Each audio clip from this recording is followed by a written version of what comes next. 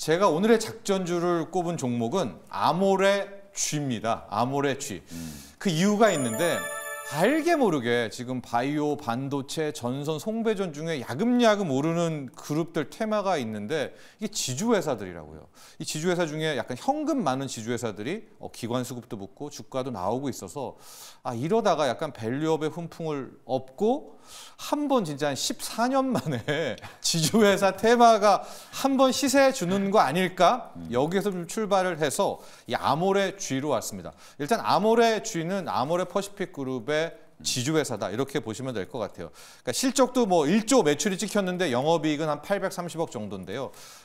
이렇게 생각하시면 돼요. 아모레 퍼시픽 내에 아모레 퍼시픽도 있고요. 이니스프리도 있고요. 에뛰드도 있고요. 오설록도 있고요. 이제 한 8개 정도의 자 브랜드의 위에 있는 이제 지주회사고 실적은 어떻게 잡히느냐? 밑에 있는 것들의 배당금이라든가 로열티라든가 용역 수익이라든가 이제 이런 것들을 더해서 실적이 나오고 있기 때문에 밑에 그 8개 브랜드가 잘하면 이제 아모레 G도 당연히 잘하게 되는 어쩌면 좀 쉬운 이제 그런 대목들이 좀 있는데 근데 왜 이게 지주회사들이 항상 좀 주목을 못 받고 그러느냐? 실질적으로 이게 다 시가평가로 바로바로 반영이 안 됩니다. 그러니까 지금의 아모레 G 주가도 아마 아모레 퍼시픽 정도만 요즘에 잘한 거를 대비해서 이제 주가가 좀 올랐고 나머지 이니스프리라든가 에뛰드 아주 잘하지는 않지만 그래도 많이 흑자 전환도 하고 좀 선방하고 있거든요. 이런 재료들이 반영이 안 되고 있어서 만에 하나 이 8개 브랜드들도 나름 현재 호재라든가 시가 평가들에 대한 재료가 반영이 된다면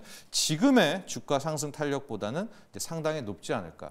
특히 아모레 G가 PBR이 뭐 0.8배 정도 수준입니다. 그래서 밸류업 프로그램에 있을 때도 항상 이제 주목받는 이제 지주회사 중에 하나다라는 것도 체크 포인트고.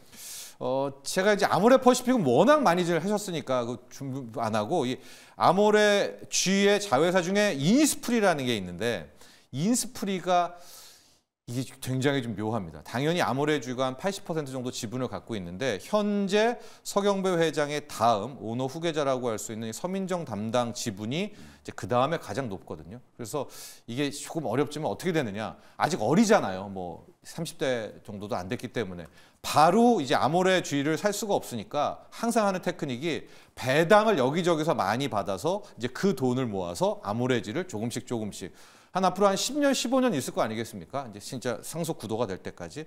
그렇게 된다면 인스프리에 대한 뭐 가치라든가 사업 성과는 더 높아질 수밖에 없고 그러면 앞서 말한 것 중에 아모레 G의 자회사 중에 아모레 퍼시픽만 지금 주가가 반영됐잖아요.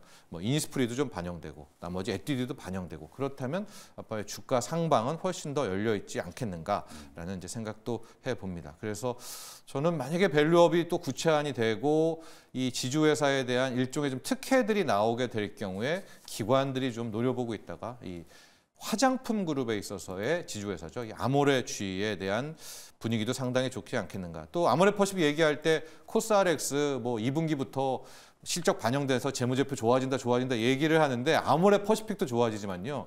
이런 거 재무제표 반영은 지주회사가 더 많이 반영합니다. 그래서 코스RX 호재까지도 감안한다면 저는 최근에 알게 모르게 숨어서 오르는 지주회사 테마 이 중에서 이제 아모레 G를 오늘의 한번 작전주로 꼽아봤습니다.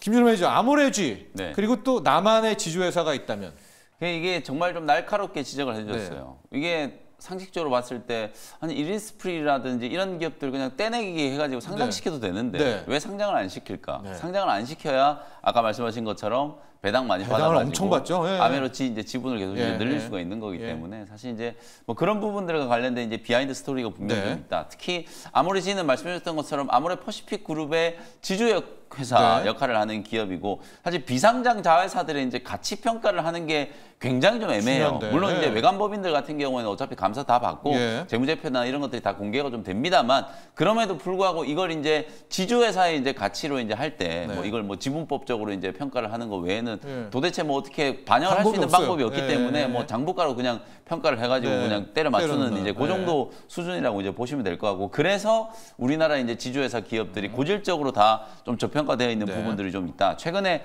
아무래도 이제 화장품 기업들이 실적 호조를 이제 기반으로 해가지고 주가가 이제 조금 반등이 좀 들어오고 있다 보니까 아모레 퍼시픽 주가가 최근에 꽤 강하게 이제 거의 뭐 바닥 대비하면 50% 가까이 이제 급등을 했잖아요. 그러다 보니까 아모레 지 역시도 동반해서 이제 같이 상승을 어느 정도 좀 했다. 이렇게 이제 보시면 될 것 같고 사실 이제 제가 볼 때는 향후에 지금 아모레 지 자체만 놓고 보면 과연 이게 이제 성장성이 이제 얼마나 조금 담보될 수 있겠는가. 특히 실적 구조를 좀 뜯어보면 지금 잘 나가는 화장품 기업들이 수출, 특히 그 중에서도 이제 미주 쪽 수출이 이제 좀 늘어나면서 이제 주가가 좀 올라가고 있는데 아모레 퍼시픽 쪽은 1분기 때 실적을 보니까 오히려 해외 수출은 오히려 좀 감소했어요. 동기 대비해서. 이제 그런 부분들과 관련된 이제 디스카운트 요인을 얼마나 이제 빨리 좀 해소할 수 있을 것이냐. 그리고 방금 말씀드렸던 이제 고질적인 이제 지주사에 대한 이제 저평가. 결국 이건 밸류 프로그램으로 이제 저는 또 어느 정도 해소가 좀 될 거라고 봐요. 현금을 좀 많이 가지고 있는 지주회사 같은 경우에는 결국에는 주주 친화 정책, 뭐 자사주를 매입한다거나 아니면 배당을 확대한다거나 이런 식의 이제 정책들이 좀 나올 수밖에 없고 이렇게 또 승계 구도가 이제 걸려 있는 분들은 자녀들한테 이제 배당을 많이 줘가지고 엄청 합니다. 나중에 이제 지분을 추가적으로 확보할 수 있는 재원을 만들어야 될 거 아니에요. 그래서 합법적인. 배당이 더 늘어날 수 있는 가능성도 이제 충분히 좀 농후하다라는 것도 이제 참고하시면 될 것 같고 어쨌든 제 개인적으로 제가 이제 생각하는 또 지주회사 나만의 지주회사는 저는 이제 두산을 좀 꼽고 싶고요. 얼마 전에도 한번 말씀드렸다시피 두산도 요즘에 이제 뭐 두산 에너빌리티라든지 그다음에 두산 로보틱스 이런 이제 자회사들의 이제 지분 가치를 감안을 충분히 좀 해야 되고 특히 두산 같은 경우에는 지주회사들이 그냥 말 그대로 자회사들의 이제 지분만 가지고 배당받고 이것만 하는 게 아니고 사업 지주회사들이 많아요. 그래서 두산 같은 경우에는 지금 전자 소재, 반도체 소재 사업을 이제 같이 하고 있기 때문에 전자 비지 부문만 지금 기업 가치가 한 1조에서 1조 5천억 정도 된다라고 보여지거든요. 여러분 잘 아시는 미국 엔비디아 쪽으로 AI 가속기 만들 때 들어가는 반도체 소재를 지금 공급하는 걸로 알려져 있기 때문에 그러면서 이제 최근에 주가가 이제 강하게 좀 급등을 했었거든요. 근데 이게 사실 영업 가치만 보면 올해 영업이익이 한 800억대, 내년에는 1000억대가 지금 넘어갈 걸로 이제 보여지기 때문에 그 부분만 가치를 따져봐도 한 1조에서 1조 5천억 정도 되는데 지금 현재 두산의 전체 시총이 2조 6천억밖에 안 된다는 거예요. 이거는 뭐 자회사들의 지분 가치가 전혀 반영이 안 되어 있는 상태이기 때문에 여전히 좀 저평가다. 이렇게 이제 말씀을 좀 드릴 수 있을 것 같습니다. 자, 김준호 매니저. 아모레지뿐만이 아니라 나만의 지주회사. 난 히든카드 이걸 꼽는다. 어떤 종목? 코아시아라는 그룹을 한번 꼽아볼게요. 코아시아가 사실 디자인 하우스 기업으로 잘 아시잖아요. 근데 사실 디자인 하우스가 가온칩스가 있고 AD 테크놀로지가 있고 에이징랜드는 이번 AI 반도체 열풍에 큰 수혜를 받았는데 유일하게 상승폭이 제한적이었던 종목이 바로 코아시아였어요. 그 지주회사예요? 맞습니다. 지주회사고요. 계열사가 코아시아, 정확히 말하면 코아시아 계열사 중에 코아시아 세미가 디자인 하우스 기업이고요. 코아시아 넥셀이 또 이제 엑시노스, 삼성전자와 엑시노스 칩을 공동으로 개발한 기업이고 코아시아 CM이 이제 카메라 모듈을 이제 공급하고 있는 기업이고요. 그 외에 코아시아 엔비나 그리고 또 이제 코아시아 옵틱스 그리고 코아시아 이츠 웨비나 등등 많은 코아시아 계열사를 거느리고 있는 지주회사다 보니까 아무래도 다른 디자인 하우스 가온칩스라든지 에이징랜드, AD 테크놀로지보다는 아직까지 상승폭이 제한적이었다. 그래서 그런 점을 놓고 봤을 때 코아시아가 다른 디자인 하우스 기업들 대비해서 굉장히 저평가받고 삼성전자와 25년째 파트너십을 구축하고 있는 기업이다 보니까 장기적으로도 충분히 매력적이고요. 그리고 삼성전자가 최근에 AI 반도체뿐만 아니라 또 HBM 관련해서 또 특히 또 이제 파운드리 관련해서 지금 굉장히 속도를 내고 있는 상태에서 코아시아의 가치는 더욱더 커질 수밖에 없다라고 보고 있고요. 그래서 이런 지주회사이다 보니까 다른 이제 디자인 하우스보다 상대적으로 저평가받았던 부분들이 그래도 서서히 좀 해소가 되지 않을까라는 관점에서 한번 코아시아를